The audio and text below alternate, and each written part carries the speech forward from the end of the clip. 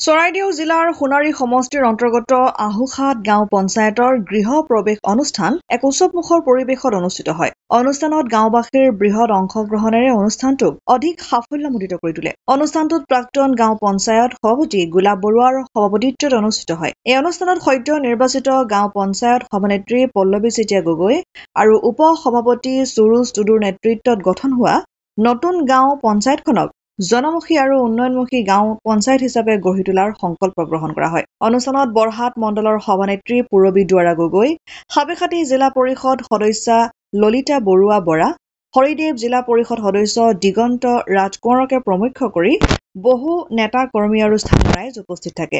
অনুষ্ঠানৰ জৰিয়তে গাঁও পঞ্চায়তৰ সকলোৰে সহযোগত আহুখাত গাঁও পঞ্চায়তখনে আগলৈ গাঁওখনৰ সামগ্ৰিক উন্নয়ন আৰু লোক কল্যাণৰ দিশত দৃষ্টান্ত স্থাপন কৰিব বুলি বিধায়ক ধৰ্মেশ্বৰ কোঁৱৰ আশাবাদী বুলি বক্তব্য প্ৰদান কৰে। সভাৰ শেষত জাতীয় সংগীত পৰিৱেশন কৰি সভাৰ কাৰ্যসূচী সমাপ্ত কৰা হয়।